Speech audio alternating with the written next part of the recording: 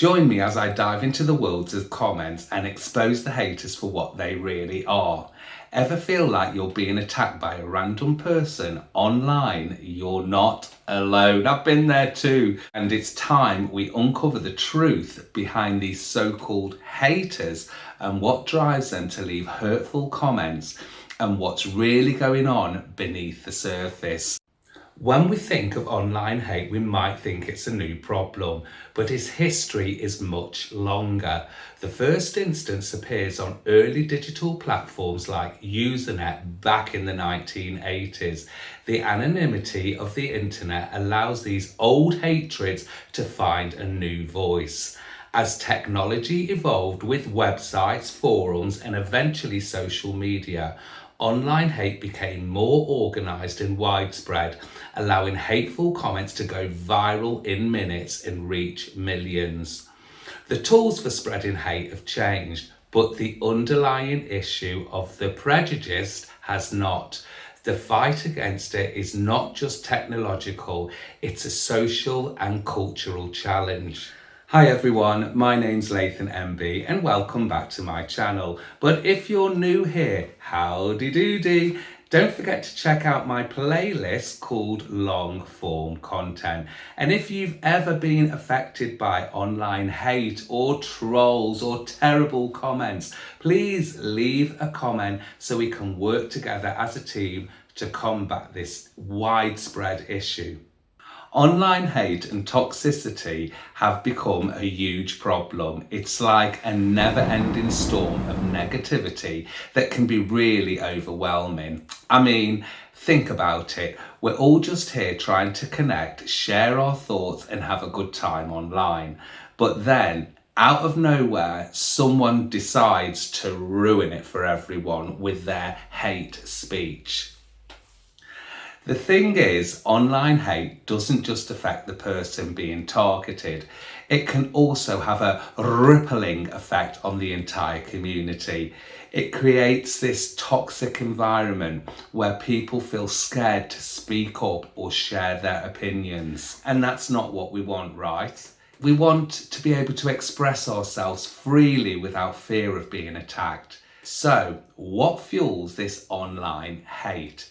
Is it just a bunch of angry people who have too much time on their hands? Or is it something deeper going on? Let's take a closer look. Sometimes people are just having a bad day and take it out on others, whereas other times it's a group of people ganging up on someone, which can be really, really intimidating. But here's the thing. We can't just write it off as, oh, they're just haters. We need to understand what's driving their behaviour. Are they feeling insecure or threatened by something? Or are they trying to get attention or provoke a reaction? The more we understand, the better equipped we can be to deal with it. When we look at the psychology behind hating behaviour, it gets pretty interesting. Research shows that people who engage in hate speech often do so as a way to feel powerful or in control. They might feel powerless in their own lives, so they try to exert their power over to others online. There's also different types of haters out there. Some are just trolls who want to stir up a bit of trouble, while others might be generally convinced that they're right and everybody else in the world is wrong. And then there's the ones who are just along for the ride, enjoying the drama and the chaos. These haters often use tactics like personal attacks, misinformation, or even harassment to get their point across. It's like they're trying to break down the person they're targeting rather than having a constructive conversation, and that is not okay. But here's the shocking truth. Some of these haters aren't even who they seem to be. They might be a fake account or a bot or even people of other countries trying to stir up a little bit of trouble. It's like a whole different world out there. Trust me, I know. The thing is, when we encounter haters, our first instinct might be to fight back or encourage them. But often it just fuels the fire. Instead, what if we took a step back and tried to understand where they're coming from? Not to excuse their behaviour, but to see if there's a way we can diffuse the situation. Being aware of these tactics and understanding what drives hate behaviour, we can take back a little bit of control. We can choose not to engage, focus on the positive interactions, and create more of a supportive community. And it'll be like a breath of fresh air.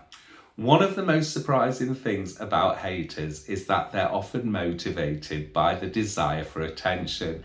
They want to be seen, heard, and validated, even for all the wrong reasons. So by ignoring them or not giving them the reaction they want, we can take away their power. It's not always easy, of course.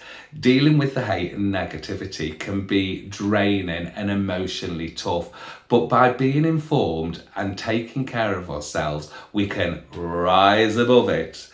We can create a more positive and supportive online community, one comment at a time. Through this video, we've explored the world of online haters and uncovered some surprising truths. We've seen they're all often driven by desire for power and attention or control. And we've learned that by understanding their tactics and motivations, we can take back control and create a more positive online environment. So what can we take away from all this? First, we need to be aware of the hate and toxicity that's out there. Second, we need to understand what drives it. And third, we need to take care of ourselves and focus on positive interactions.